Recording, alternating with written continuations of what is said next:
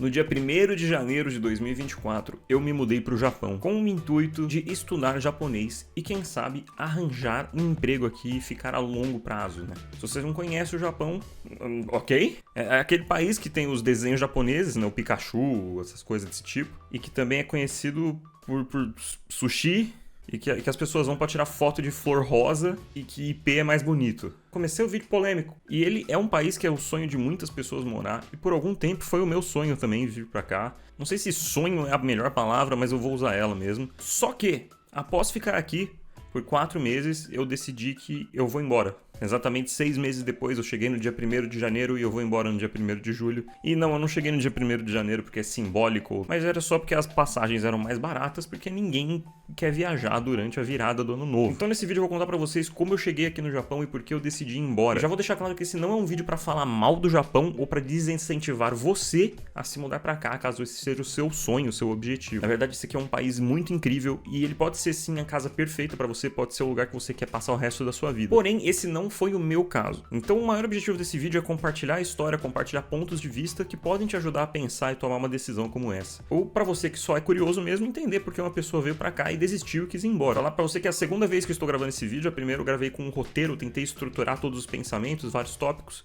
mas eu sinto que ficou muito artificial. Então dessa vez aqui eu vou gravar ele sem um roteiro, vou tentar fazer ele o mais humano e honesto possível. Se esse vídeo parecer negativo, é porque ele é um vídeo sobre por que eu quis ir embora, né? As coisas que me motivaram a ir embora. Novamente, esse país é incrível e eu pretendo sim fazer um vídeo sobre como a minha vida mudou tendo me mudado pra cá. Coisas boas que eu aprendi aqui. Nenhuma experiência 100% negativa ou positiva, existem lados bons e ruins em tudo que passamos na vida. E eu acredito que o tema faça parecer que esse vídeo possa ser um pouco negativo, mas não é o meu objetivo. Novamente, só quero compartilhar minha experiência. Assim, eu sei que você gosta de ver vídeo de gente andando pelas ruas do Japão, então eu vou deixar um vídeo aí caminhando pelas ruas enquanto eu falo com vocês aqui, pra vocês não terem que ficar olhando pra minha cara, né? Bora lá pro primeiro tópico.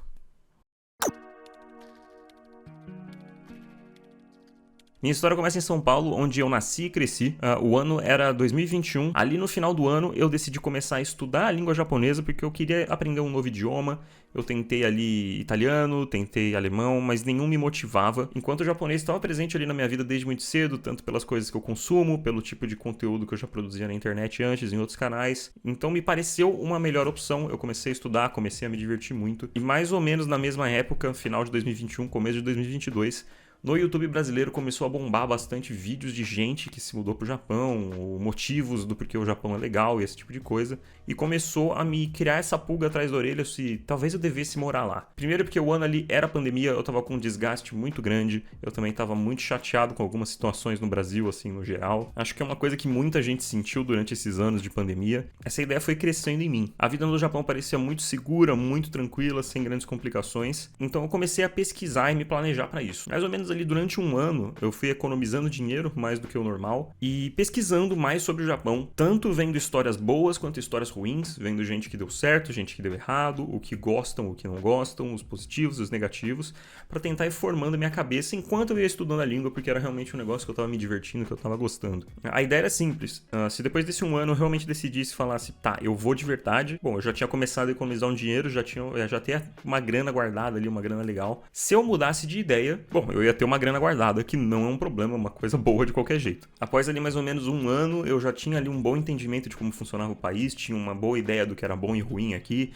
A minha professora de japonês, ela é japonesa, então ela também já me contava os lados bons e os ruins, como ela lidava com situações, como era a vida dela, e me parecia uma boa ideia, me parecia uma coisa bacana, parecia um lugar que eu queria viver. Então o plano era muito simples, é muito difícil você entrar no Japão permanentemente. Uma das únicas maneiras para estrangeiros é fazendo o visto de trabalho, que a gente fala, mas na verdade é a permissão de residência de trabalho, que para muitos brasileiros é fácil, porque eles são descendentes de japoneses, então eles podem vir trabalhar como dekaseges, que são trabalhadores de fábrica ali, empacotam coisas, montam produtos, etiquetam coisas, que são trabalhos que precisam muito no Japão, porque a grande maioria da população japonesa não quer trabalhar com isso, porque elas têm uma formação ali, um ensino superior completo, então para eles é meio sem sentido, sem falar que o declínio populacional faz com que esse espaço do mercado de trabalho fique faltando, que faz com que as empresas japonesas tragam majoritariamente descendentes ou pessoas casadas com descendentes para trabalhar nessas posições.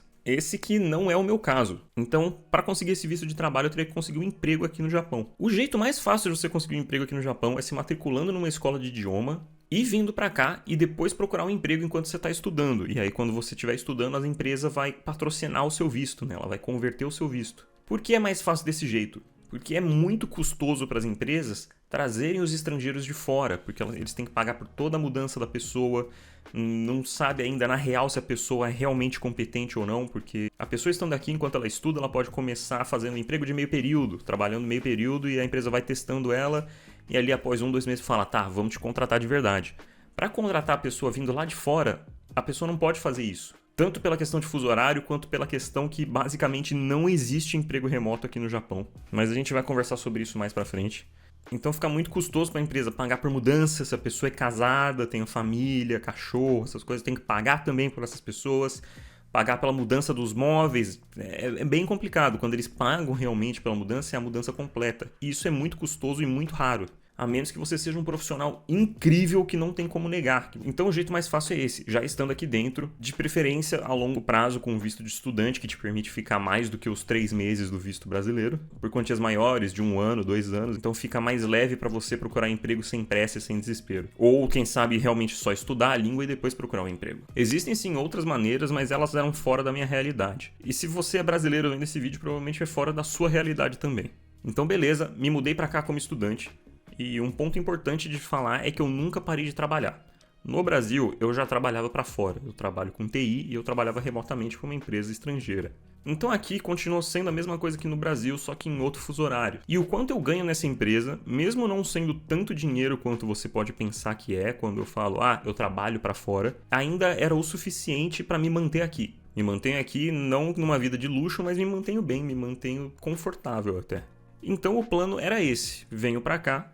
Se arranjar um emprego, show de bola. Se eu não arranjar um emprego, eu volto pro Brasil e ainda tenho meu emprego. Bem seguro, bem tranquilo. O meu visto de estudante, ele é válido até março do ano que vem. Mas apenas 4 meses depois, estando aqui, eu decidi que eu não quero mais ficar aqui e que eu vou embora no dia 1º de julho. Por quê? Como funciona essa história? Primeiro é importante entender que uma decisão dessas, ela começa emocional. Há mais ou menos 1 mês eu já sentia que não tinha alguma coisa muito certa, alguma coisa estava meio fora do lugar na minha cabeça. Era uma coisa muito emocional, tipo, eu não sabia explicar em palavras. Então ali veio um trabalho junto com a meu terapeuta, no Brasil também, tudo remotamente, de conversar e entender o que estava acontecendo para eu chegar em conclusões. Porque quando você tem uma emoção, você sente um sentimento, você não pode negar ele. Você tem que aceitar ele, você tem que entender e tem que entender de onde ele está vindo. Porque se ele está vindo de uma forma racional, assim, tipo, se ele tem motivos que são sólidos e fazem sentido, então é uma boa coisa, né? É um sentimento ali que está tentando te falar uma coisa importante. E é bom entender isso porque às vezes não existem motivos para você estar sentindo aquilo. Às vezes é uma resposta irracional. São motivos e problemas que você está criando na sua cabeça e aí é o tipo de sentimento que você tem que trabalhar para não deixar ele te consumir. Então comecei esse trabalho para entender quais eram os motivos de eu estar sentindo aquilo e existem várias razões racionais para eu estar sentindo aquilo no final de tudo e ter decidido voltar para o Brasil. E eu dividi em alguns tópicos. Bom, para começar que voltar a estudar foi muito divertido, tipo assim, eu nunca imaginei que fosse ser divertido, porque eu sou uma pessoa com TDAH e dislexia, ambas diagnosticadas muito depois da minha vida, então por muito tempo eu estudei em escola e na faculdade sem saber que eu tinha esses problemas, e eu me cobrava muito e meio que me culpava muito quando eu não conseguia acompanhar ou fazer alguma coisa. Tendo voltar a estudar realmente num ambiente de escola presencial, mas tendo noção desses problemas fez com que eu tivesse um fluxo muito diferente e até que bem agradável no aprendizado. No Brasil eu já tinha estudado japonês ali até conseguir o nível N4, tem um sistema que se chama JLPT, que ele vai de N5 a N1, quanto maior o número, pior o seu nível, mais fácil de explicar desse jeito. Então eu estava ali no 2º nível e eu comecei a estudar o nível N3 aqui durante 3 meses, e agora eu estou estudando nível N2. Significa que eu tenho a fluência de um nível N2? Eu diria que ela está um pouco espalhada. Tem coisas que eu sou bom, tem coisas que eu sou ruim. Apesar de parecer que é um nível muito alto, ainda é um nível bem básico. É um nível que te permite fazer muitas coisas com a língua japonesa, te dá um leque de ferramentas, mas tá longe de ser o nível de alguém realmente fluente. E sendo bem sincero, dá pra você passar no N1 sem você ter essa fluência ainda. Então também essa é uma ilusão que é bom tirar da cabeça de quem acha que vai estudar vai alcançar o nível N1 e vai ser fluente em japonês. Para quem não fala japonês, você pode até ser considerado fluente, mas para um nativo, uma pessoa que realmente é fluente, você não vai ser. Bom, acho que a parte mais legal de ter voltado a estudar foi conhecer pessoas novas. Obviamente são todos estrangeiros que vieram para o Japão também para estudar japonês. E cada um tem seus motivos. Existem pessoas que querem fazer faculdade, existem pessoas que vieram só estudar japonês e depois foram para casa ou vão para casa. Diversos passados e histórias. Todo mundo muito legal, pessoas muito diferentes, mas ao mesmo tempo a gente se conecta em uma coisa similar. E esse tipo de relação, ela se forma muito rápido e muito forte nesses cenários, porque as pessoas estrangeiras, quando vão para um país novo, tendem a se juntar com outras pessoas estrangeiras e formar uma rede de apoio. Isso é uma coisa comum que acontece no mundo inteiro, e deve ter alguém que já passou por uma experiência parecida com essa e pode confirmar isso que eu tô falando, então, por favor, contem suas histórias também. Foi uma coisa que eu não falei ali no começo, mas se você tem alguma experiência vivendo no exterior ou vivendo no Japão, também conta aí, que pode ajudar as pessoas que estão assistindo esse vídeo e que querem se informar mais sobre o assunto. E confesso que essas pessoas que eu conheci foi uma coisa que pesou bastante quando eu decidi que eu realmente ia embora. Essa questão da despedida, do ir embora, pesou bastante. Então acaba pesando, né? É uma relação que se forma muito intensa e muito rápida. Mas ao mesmo tempo, quando você tenta pensar de forma racional, são relações que elas tendem a acabar. Talvez ter de acabar não é o termo certo, mas, por exemplo, de todas as pessoas do nosso grupo ali, de 7, 8 pessoas, apenas 3 vão ficar no Japão a longo prazo, porque essas 3 pessoas querem fazer faculdade, e depois de se formar, apenas uma dessas pessoas queria se manter no Japão trabalhando. Então, meio que, ao longo do tempo, a gente estava meio que fadado a ver as outras pessoas indo embora. Ao longo da sua vida, você viu muitas pessoas que você conhecia se afastarem, irem para outra cidade, às vezes só se afastarem mesmo, a amizade termina, esfria, um relacionamento termina. Então fazia parte da racionalização da minha decisão saber diferenciar isso, entender que não, esse é um processo da vida e é o que eu sinto que é melhor para mim, então eu não posso usar isso de justificativa, o meu apego é essas pessoas aqui para ficar num país, sendo que elas também não ficarão. E perceba que essas pessoas das quais eu tô falando não são japonesas, são todas estrangeiras. É muito difícil você, como estrangeiro, formar um vínculo com uma pessoa japonesa. Se você fica no Twitter o dia inteiro e já tá com o cérebro meio tweetado das ideias, você pode estar pensando que isso é preconceito, porque o japonês é preconceituoso, porque todo japonês é preconceituoso, e eu vi isso num vídeo do TikTok e coisa do tipo. Tá bem longe da verdade, tá? Na verdade, o que acontece é que na sociedade japonesa eles seguem muito um pensamento que é o de não atrapalhar a vida dos outros. Cada um ficar no seu caminho, na sua rota. É por isso que a ordem social é mantida tão fielmente aqui, porque todo mundo sabe sua função. Alguns dias atrás eu fui num show e é incrível como a organização do evento quase não faz nada. A única função da organização do evento é conferir os bilhetes e abrir o portão, que as pessoas meio que se organizam sozinhas para participar. E meio que esse medo que é criado na cabeça do japonês de atrapalhar os outros e de romper a ordem social, faz com que até a pessoa mais extrovertida aqui no Japão tenha dificuldade de se conectar com outras pessoas. E quando eu digo outras pessoas, eu estou falando de japoneses se conectarem com outros japoneses. Obviamente, estamos na era da internet e existem sim pessoas mais jovens, um pouco mais desconstruídas, um pouco mais abertas ao novo, mas essas pessoas ainda são uma minoria bem pequena da população. E aí entram outros problemas. Mesmo que você encontre uma pessoa dessas, seus gostos vão ser comuns, vocês vão ter do que conversar, vai ser legal. E o outro problema que é a barreira linguística. Você tem um japonês bom o suficiente para conversar com esse japonês? Ou será que esse japonês vai ter um inglês bom o suficiente para conversar com você? Porque existem estatísticas que dizem que apenas entre 3 e 8% da população do Japão inteiro sabe inglês como uma segunda língua, fluentemente. Enquanto 30% dizem que sabem inglês no nível básico. Mas quando eles dizem básico, é o básico do básico mesmo. É o inglês de escola, travado, o English, sabe? Que eles falam com o sotaquezinho de anime quando o personagem usa poder e essas coisas. É esse tipo de inglês que eles estão se referindo nesses 30%. Eles não vão te entender. E considerando que você é brasileiro, tem a questão que talvez você também não saiba inglês. Então seria só no japonês mesmo. E vai demorar anos e anos para você ter uma fluência de japonês boa o suficiente para conseguir desenvolver uma relação mais profunda com as pessoas. Obviamente, hoje existem tradutores e tudo mais, e dá para usar, mas conversar com a pessoa pelo tradutor, até que ponto funciona quando você está conhecendo uma pessoa, sabe? O quanto uma pessoa vai estar disposta a te conhecer através da tela do celular pessoalmente, sabe? É uma coisa bem diferente. Porque das vezes que eu já vi isso funcionando, eram pessoas que só conversavam pela internet, ou seja, já usando o tradutor pela internet por mensagem, e já criaram uma intimidade antes de se encontrarem uma primeira vez. Então elas já estavam dispostas a isso, elas já se conheciam, já entendiam um pouco da outra pessoa. Então, na minha experiência, mesmo indo para bares com alguns colegas, que são os melhores lugares para você conversar com outras pessoas, porque tá todo mundo bêbado, e mesmo eu não bebendo, eu ia porque era divertido, era uma experiência social, era uma experiência agradável. Todos os diálogos com pessoas japonesas não passam de o evento da noite. Na cabeça daquela pessoa japonesa é a história que eles vão contar do dia que eles estavam bêbados e conversaram com estrangeiros. Não gera essa conexão, sabe? Não gera essa amizade. E não gera nem pros outros japoneses. Esses japoneses que vão pro bar e conversam com todo mundo e dão risada e viram super amigos, raramente eles trocam contato, e se trocarem contato no dia seguinte, não vai ter conversa, sabe? Cada um segue sua vida. O aplicativo de namoro também foi uma experiência, assim, que não deu certo. Dá pra fazer um outro vídeo sobre isso, mas já te garanto que, nada, tá? Desiste. Talvez eu seja só muito feio. Se você não acha que eu sou muito feio, talvez eu só seja muito feio pros padrões japoneses. Então, assim, página virada. Vamos pro próximo tópico.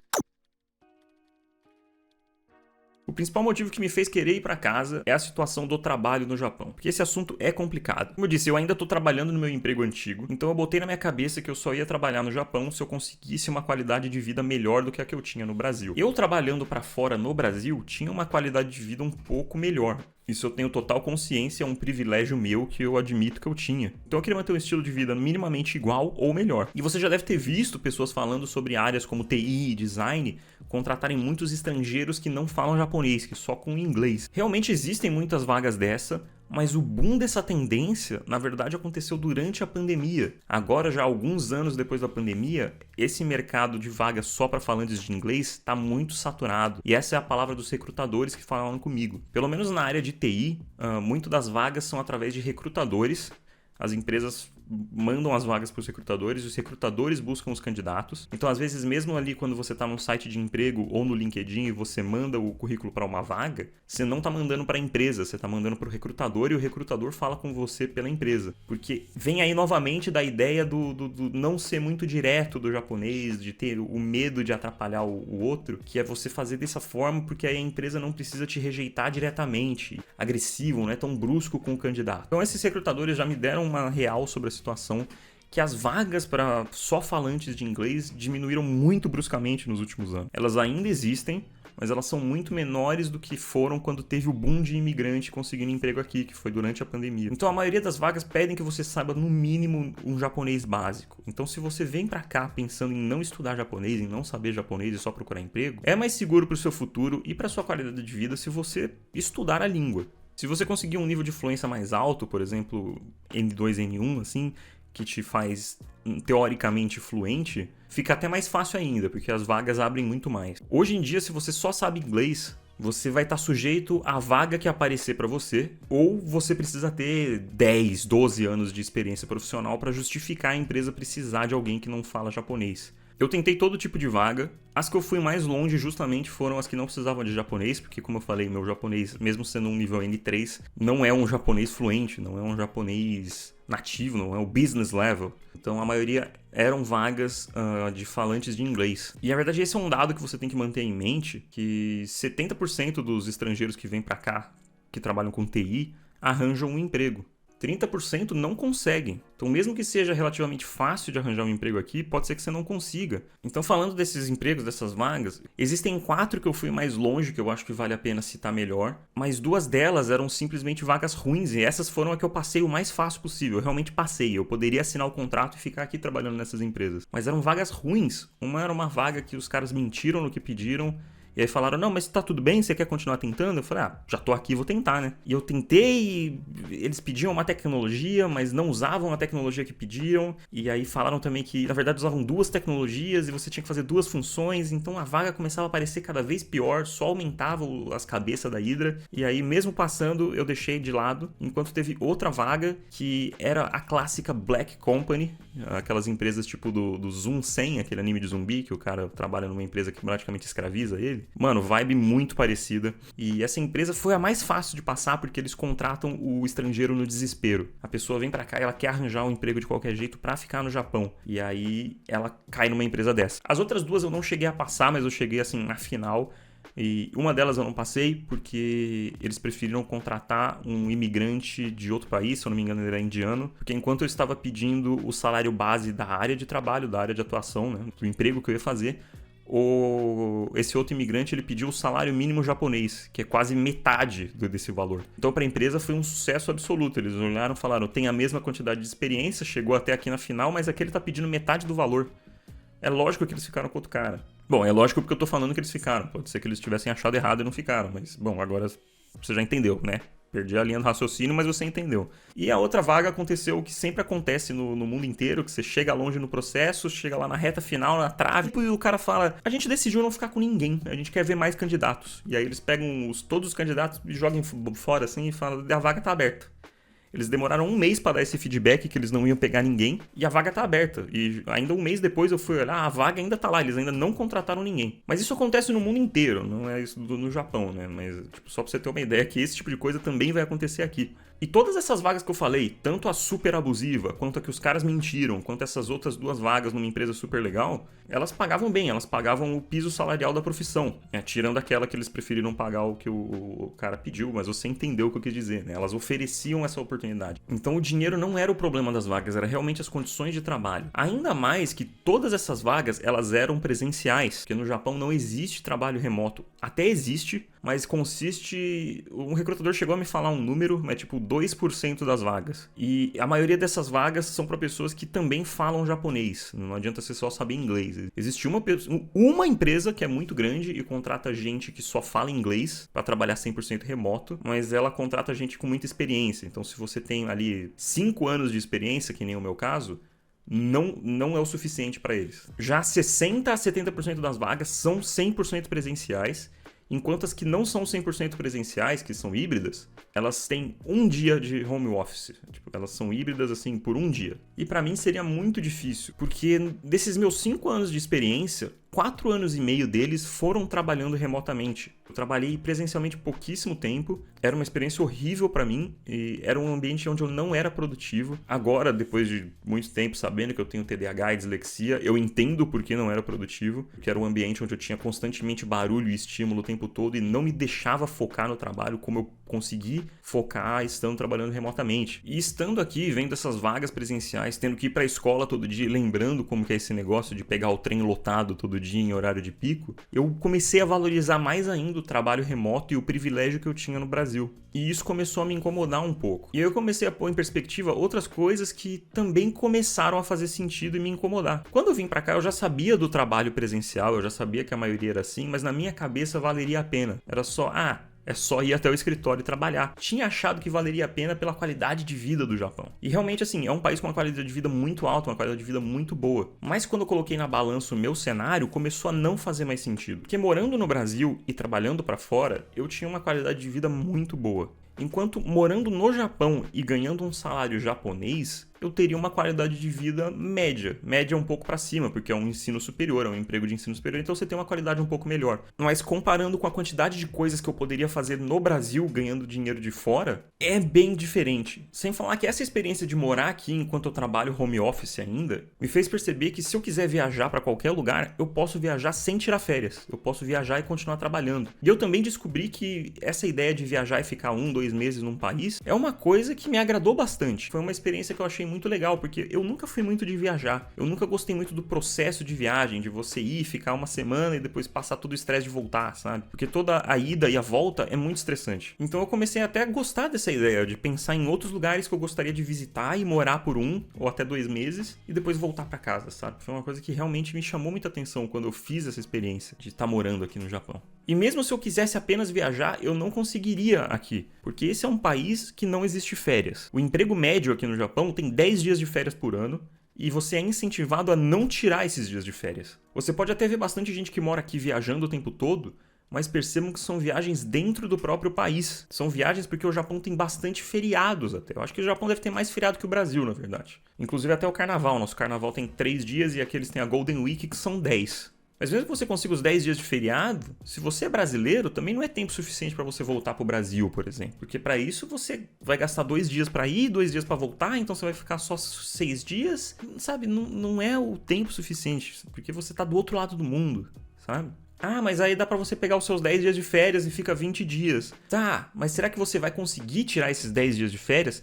Será que você nunca vai ter tirado esses dias de férias ao longo do ano? Porque às vezes acontece, você fala, putz, que oportunidade legal, vai ter uma exposição, eu quero muito ir na exposição. Vou dar um dia de férias aqui e vou na exposição. Exemplo. São cenários, eu não preciso ficar te dando todo o cenário possível, você consegue entender. Tem a cultura de você não tirar férias, combinada com 10 dias de férias ao ano. Acho que você consegue entender que você não vai ter as férias que nem você tem no Ocidente. Não é nem no Brasil, é no Ocidente, que a pessoa tira 20, 25 dias de férias e vai fazer uma viagem e depois volta. Isso não vai acontecer. Aqui, nunca. E é isso que pelo menos todo estrangeiro com o qual eu conversei fala também, estrangeiros que trabalham aqui. Você nunca mais vai fazer isso. Então, pra mim, que descobri o quanto é da hora poder viajar estando trabalhando sem tirar férias por causa do home office e que gostei dessa experiência de ficar longos períodos num lugar e não só uma viagem rápida, meio que eu descobri uma coisa que eu gostei, uma coisa que eu quero fazer mais e ao mesmo tempo era tipo, você descobriu essa coisa, agora abandona ela porque você não vai fazer. Então acabou pesando. Lembra que eu falei que morando no Japão, você recebendo do salário japonês, você vive ok, um pouquinho acima da média no Japão? A parte do no Japão é muito importante porque o ien está cada vez mais desvalorizado, é uma moeda que está cada vez piorando mais. E mesmo que você ainda consiga viver no Japão bem, fica complicado se você quer viajar porque a moeda não vale muito fora daqui. Então você vai ter muito menos dinheiro para viajar do que você pensa que você teria. Ou, por exemplo, se você quer ajudar sua família no Brasil, eu vou botar em perspectiva a minha área de atuação. Na minha área de atuação, o salário atualmente, convertendo de ien para real, daria uns 14 mil reais, tá? Porra, é dinheiro, é bacana. Será que dá pra ajudar sua família? Talvez dê, depende do quanto você gasta, etc. Provavelmente vai dar. Mas entenda que apenas 2 anos atrás, esse mesmo valor, que não mudou, porque o salário no Japão não sobe há uns 10, 15 anos, ele tá estagnado faz tempo, era 18 mil reais. Em 2 anos, desvalorizou 4 mil reais. E a tendência é continuar desvalorizando, porque o Japão tem problemas econômicos, sociais e estruturais que estão complicando a situação aqui. E a perspectiva de melhora não é rápida. Muitos especialistas dizem que o Japão vai ter que atingir o fundo do poço para poder melhorar. Eles não estão fazendo mudanças rápidas ou significativas o suficientes para ver essa melhora. Por exemplo, uma das coisas que fizeram esse ano foi abrir o visto de nômade digital. Esse visto de nômade digital te permite ficar aqui por 1 ano. Ou seja, não é um visto de permanência, de residência permanente. É um visto para você ficar 1 ano no Japão trabalhando sendo nômade digital. E você pensa, pô, legal, Patrick, o que precisa?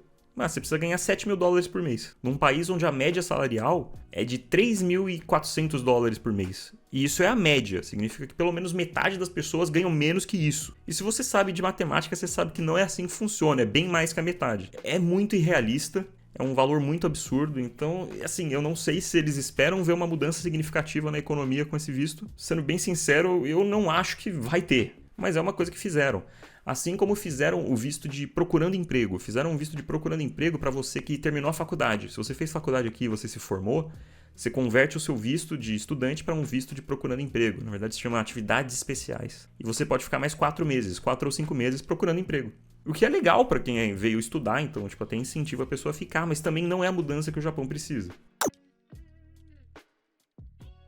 A solidão eu acho que é o que mais pega pra quem se muda, pra quem é estrangeiro. Eu sou uma pessoa que eu sou próximo da minha família, mas a gente, pelo menos da minha parte, eu não tenho tanto apego de sentir falta e falar, nossa, como eu queria estar comendo a comida da minha mãe agora. Obviamente eu valorizo muito minha família, sou muito grato a eles, mas isso não foi uma coisa que me impediu e que não me fez me sentir mal em nenhum momento. Porém, foi uma situação que me gerou uns pensamentos esquisitos quando eu fiquei doente. Porque quando eu fiquei doente aqui, eu comecei a ter umas brisas muito complicada sobre, pô, imagina se eu fico doente ao ponto de não conseguir sair da cama. Quem vai me ajudar? Imagina se, pô, eu sofro um acidente e perco o movimento das pernas. Quem vai me ajudar nessa situação? Nada disso aconteceu. Na verdade, eu nem fiquei tão doente assim, eu só peguei uma gripe, eu tava indo fazendo todas as minhas coisas, não tirei dia de descanso porque eu não tava tão doente. Mas foi um gatilho que me fez pensar nessas situações e é uma coisa um pouco assustadora. Obviamente, não é motivo pra você desistir de morar num país como esse. Mas eu lembro desse episódio ter acontecido, então eu achei pertinente falar disso no vídeo, sabe? Eu não coloco ele como um dos motivos que me fez desistir, mas foi um episódio que aconteceu que eu acho que pode ser relevante pra muita gente. Uma coisa que eu senti falta, que eu percebi o quanto era importante pra mim vivendo no Brasil, era o meu entretenimento, porque o meu entretenimento sempre foi jogar games com os meus amigos, sejam jogos, tipo, jogos online, competitivos, ou muitos party games. A gente jogava muitos jogos de party games, jogos que são feitos só pra você se divertir, dar uma risada e zoar, e a gente fazia isso com uma frequência muito grande. E estando aqui, Cara, eu juro pra vocês, nesses 4 meses a gente conseguiu fazer isso uma vez. E foi por 1 hora e meia. Então foi uma coisa que realmente pesou e que eu nunca tinha percebido o quão era importante pra mim. Pô, pode ser que alguém aí esteja pensando agora, pô, mas é só fazer amigos aí. Cara, não é tão fácil quanto só fazer amigo. Como eu disse na parte ali sobre amizades, é muito difícil, né? Volta ali, entende de novo se você tá com esse pensamento, porque eu não quero ficar repetindo, né? Senão o vídeo fica meio chato. Mas é muito complicado. E mesmo que você faça amigos aqui, eu fiz amigos aqui. Não são japoneses, mas eu fiz amigos aqui, são amigos que estão no mesmo fuso horário. Quem diz pra você que a gente tem os mesmos gostos? Que a gente gosta das mesmas coisas, que a gente joga os mesmos jogos? É muito complicado você encontrar pessoas pra sincronizar e fazer essas coisas. Ah, mas faz amigos jogando jogos online. Cara, eu fiquei 2 meses jogando Valorant aqui no Japão, praticamente todos os dias. Eu juro pra você, eu não consegui fazer amizade com uma pessoa aqui. As pessoas aqui não fazem amizade em jogos online. Elas conversam ali, trocam uma ideia. Às vezes te adicionam pra jogar uma partida. Joga uma partida, te convida ali uns 3, 4 dias depois pra jogar outra. Mas assim, conversa mínima, conversa de jogo, sabe? Você tenta puxar um assunto, a pessoa responde e fica por isso. É complicado. Não é tão fácil quanto no papel. Fazer amigos pra jogar jogos, sabe? É um negócio demorado e bem mais delicado. Tem até uma frase da minha amiga que eu fiz aqui, minha amiga da Dinamarca, que eu gostaria de parafrasear, que é: até mesmo fazer a coisa mais fácil, como pôr uma carta no correio, te deixa cansado o dia inteiro. Porque esse é um dos problemas de quando você está aprendendo uma língua. Principalmente se for uma língua de ideogramas, tá? Porque o japonês ele usa muito dos kanji, que são caracteres que são pegos do chinês, e eles significam ideias e palavras inteiras. E se você não conhece aquele caractere, você não tem como saber o que ele significa, nem como ele é pronunciado, nem as diferentes pronúncias e uso. Ou você sabe, ou você não sabe. Porque o japonês tem 3 sistemas de escritas. 2 deles você aprende a escrever, você aprende a ler. Acabou. E é fim. Mas 70% da vida real é escrita no 3º sistema, que é o que foi introduzido do chinês. Então tudo é muito exaustivo de se aprender. Porque vamos dizer que você estivesse aprendendo uma língua que usa um sistema de escrita normal, assim, um sistema de escrita onde cada letra significa uma coisa, ou cada sílaba significa uma coisa, porque o sistema japonês, né, o katakana e o hiragana, eles são silabários. Então você tem sílabas, você tem sons de palavras, mas é aquela coisa, você escreve hiragana em hiragana, você sabe ler, você conhece os símbolos, você pode não conhecer o que a palavra significa, mas você sabe ler ela. E é isso que acontece com muitas outras línguas. Se você for aprender russo, você vai aprender o alfabeto russo, você vai ver uma palavra, você não vai conhecer o significado, mas você sabe ler aquela palavra. Enquanto quando você está aprendendo chinês ou os kanjis em japonês, se você não conhece a palavra, não existe jeito de você conhecer ela, intuitivamente. Você não vai bater o olho, ver o desenho, ver um triângulo com um quadrado e um símbolo e falar, putz, a pronúncia disso é óbvio que é macarrão. Você nunca vai ter como saber isso. É sempre um processo de realmente aprender. Não conheço o símbolo. Porra, deixa eu pesquisar aqui no celular. Tá, significa isso. Mas como que tá sendo usado aqui? Tá sendo usado perto daquele também? Pô, isso vai gerando um cansaço, é desgastante. Obviamente você pode só usar o tradutor, mas se você só traduzir as coisas toda hora, você não aprende de verdade, você tá só traduzindo. Você tá traduzindo e lendo a tradução. E para morar num país como esse, você pode viver só de tradução, mas se você quer realmente viver no país, você tem que aprender o idioma. E é um processo que vai te demorar anos e anos e anos. E é muito cansativo.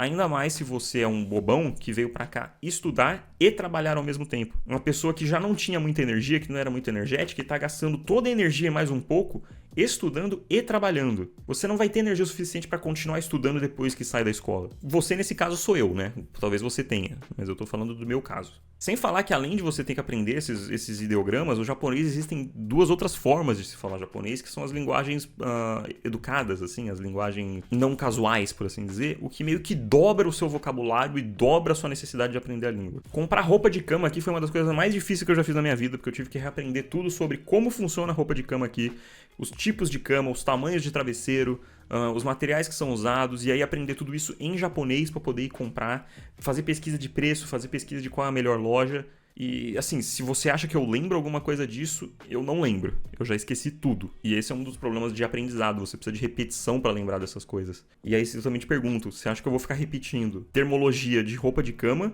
ou palavras importantes? E outro fator que pesa muito para mim é que eu sempre vivi minha vida inteira com animais de estimação. E adotar um bichinho aqui, sendo homem, solteiro e estrangeiro, é a mesma coisa que falar, você não vai adotar um bicho aqui, desiste. É muito difícil. Tem a opção de você comprar um animal de estimação. Mas mesmo assim, até os lugares de pet shop que vendem animais podem só te rejeitar porque você é um homem, solteiro e estrangeiro. E pra eles são 3 red flags que eles não querem combinadas. Falei de muita coisa que eu racionalizei das minhas emoções para entender o porquê eu queria ir embora. Obviamente existem outros motivos, mas eu acho que esses são os principais. E obviamente isso é uma emoção, foi um sentimento. E às vezes também é importante você só respeitar os seus sentimentos e não ficar tentando racionalizar muito. Uma coisa que é bom pôr em mente também é que eu já vim pra cá com essa cabeça que eu ia tentar arranjar um emprego e se eu não gostasse eu ia embora, tipo, quando acabasse o meu visto. O que aconteceu foi só que eu percebi que eu não queria ficar até acabar o meu visto. Que a experiência que eu tive aqui foi legal e que as experiências que eu vou ter ainda nos próximos 2 meses vão ser o suficiente e pra mim esse período de 6 meses era o que tinha que ser. E é até mais doido pensar que na minha cabeça, quando eu pensei em arranjar um emprego aqui, eu não queria ficar aqui pro resto da vida. Eu já vim pensando vou ficar uns 5 anos. No máximo. E às vezes até isso diz bastante coisa. Às vezes eu precisava botar na minha cabeça que eu ia ficar aqui 5 anos, porque se eu não fizesse isso eu não ia nem ficar 3 meses, sabe? Pode ter sido também que minhas experiências tenham sido muito azaradas na questão de trabalho, na questão de fazer amizade. Pode ser que você venha e não tenha nenhum desses problemas. Então assim, eu não quero tirar sua motivação para vir para cá se você quer vir, se você quer morar nesse país. Existem milhares de coisas positivas sobre o Japão.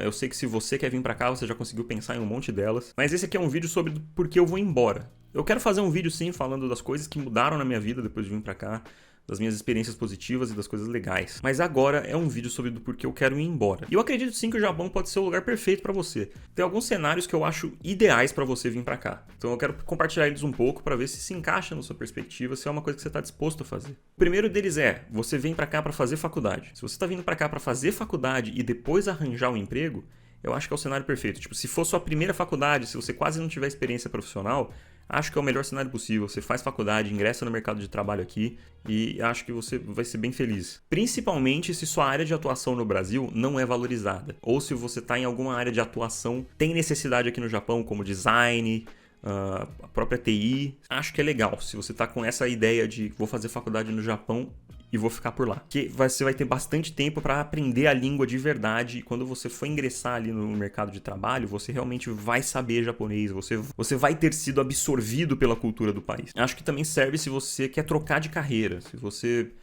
atua ali, você faz, sei lá, você é, sei lá, professor de educação física, e você fala, não, quero virar designer, e estiver disposto a recomeçar sua carreira profissional lentamente, acho que vale a pena você vir pro Japão, fazer uma faculdade de novo, ou um curso profissionalizante que dura ali 2, 3 anos também, que aqui tem bastante. E aí procurar um emprego. Eu acho que vale muito a pena se você tem essa mentalidade. Se você só quer vir pra cá e arranjar emprego e ficar, é difícil, porque você vai precisar do idioma. Mas eu ainda acho que vale a pena tentar se você estiver disposto. E eu acho que o mais importante é você vir, se você for vir como estudante de japonês, e estudar o idioma e só isso. Então, junta um dinheiro pra vir pra cá sem precisar trabalhar. A grana que eu consegui juntar nesses 2 anos era o suficiente pra fazer isso. Mas era muito mais inteligente na minha cabeça fazer o que eu fiz, de continuar trabalhando. E se eu não arranjasse um emprego, eu pelo menos não teria perdido tudo. E estaria morando de aluguel, sabe? O meme. Perdi tudo morando de aluguel. Então, desculpa. Se você não entendeu a piada, ignora esse pedaço. Mas é o que eu tava falando. Acho que vale muito mais a pena você juntar um dinheiro, ou se você tem uma família que está disposta a te ajudar, a te bancar ali, também vale a pena. Porque uma vez você estando aqui e apenas estudando, você pode procurar os empregos de meio período. E os empregos de meio período são só 20 horas por semana. Não pagam absurdos, mas pagam uma graninha legal ali que combinado com o que você guardou ou com o que a sua família está te ajudando, você vai ficar confortável aqui. Sem falar que você vai estar se expondo bastante ao idioma, porque você vai estar trabalhando em empregos que interagem com pessoas japonesas. Se você quer vir aqui para estudar e fazer faculdade, fica ligado, porque o brasileiro tem a oportunidade de fazer o MEX, né, o MEXZ, que é um sistema de intercâmbio com o Japão, que o governo japonês te paga para vir estudar aqui. Então é bem legal.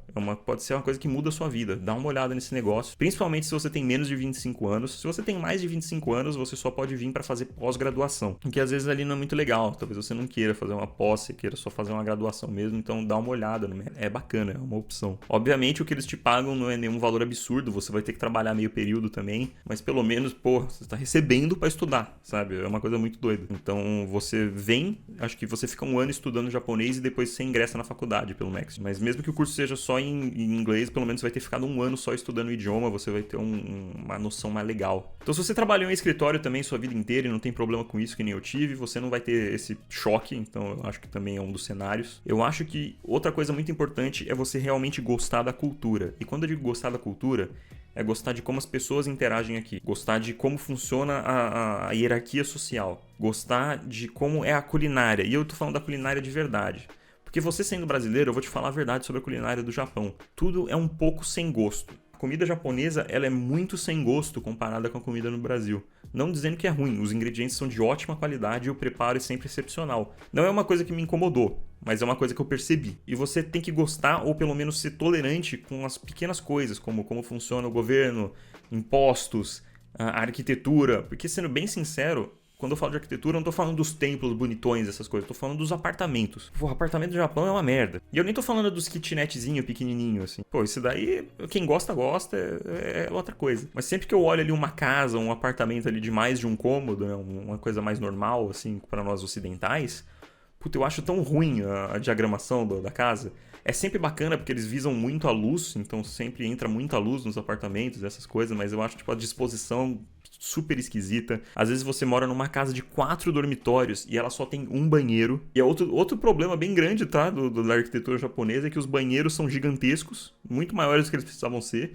E aí eles comem um espaço construído enorme, tipo, principalmente nesses kitnet pequenininhos de 20 metros quadrados, onde às vezes quase metade do espaço utilizado é pra banheira. Você não precisa de uma banheira, sabe? Mas na cultura japonesa você precisa de uma banheira. Então isso é uma das coisas, sabe? Então, tipo assim, são pequenos detalhes. Porque se o único motivo de você estar vindo pra cá é porque você gosta de anime, você não vai se sustentar aqui. Você vai ser totalmente infeliz. Você não vai ter um dia bom. A não ser os dias que você vai comprar as coisas de anime, é lógico. Mas gostar de anime não é um motivo para se mudar pro Japão. E como eu mencionei ali, as leis de imigração no Japão vão ter que mudar, mas pode ser que elas demorem muito para mudar, pode ser que as mudanças não salvem o país, e a gente não tem como saber isso. Pode ser que daqui a uns anos o Japão vire que nem o Brasil ou alguns países da Europa. Que se um estrangeiro quer entrar no país e ele, por exemplo, trabalha remotamente, que nem eu, ele pode só mostrar e falar, ó, eu quero morar no seu país, eu tenho como pagar os impostos. Você aceita eu ficar? E aí passa ali uns trâmites e você consegue morar no país. Pode ser que um dia o Japão seja desse jeito. E se essa coisa acontecer, pode ser que eu queira voltar a morar aqui. Pode ser que eu volte pro Brasil, passe 6 meses, 1 ano, e eu me arrependa de ter voltado pro Brasil e eu queira voltar aqui de novo. Mas essas coisas são muito, pode ser,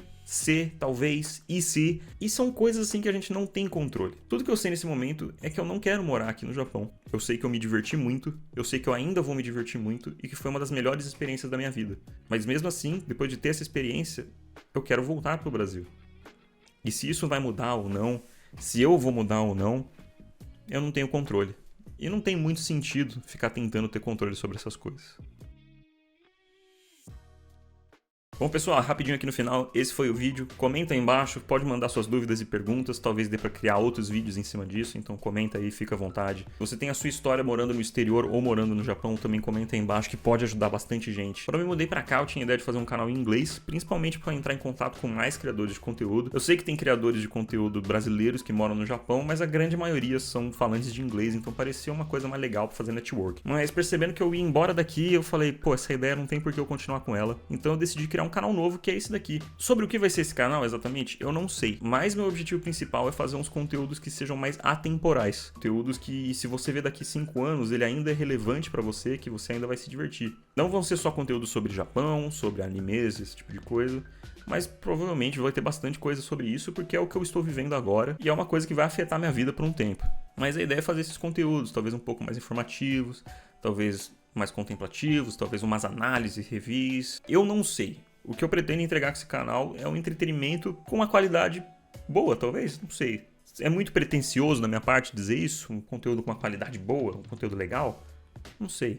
Será que vai ser? Também não sei. E eu acho que essa é a magia dessa aventura. Então, se você quiser continuar acompanhando, por favor, se inscreve nesse canal novo. E se você quer ver vlogs sobre o Japão, eu tenho um canal secundário que, na verdade, é muito complicado de explicar. Tem um canal que se chama Patrux e etc, onde lá eu postava principalmente reacts, vídeos de reação, mas eu estou migrando conteúdo para alguns conteúdos mais diversos. A maioria deles voltados para a internet, como vídeos de subreddit, ainda vou fazer alguns reacts. E eu também quero começar a fazer vlogs aqui no Japão lá. Um conteúdo que é mais simples, só visitando algum lugar ou coisa do tipo. Eu tenho mais algumas ideias de vídeos sobre o Japão para fazer aqui, mas esses vídeos mais simples, mais descartáveis, vamos dizer assim, vão acontecer lá. Então também confere lá, se você gosta desse tipo de conteúdo. Espero te ver em breve. Muito obrigado por ter assistido. Tchau!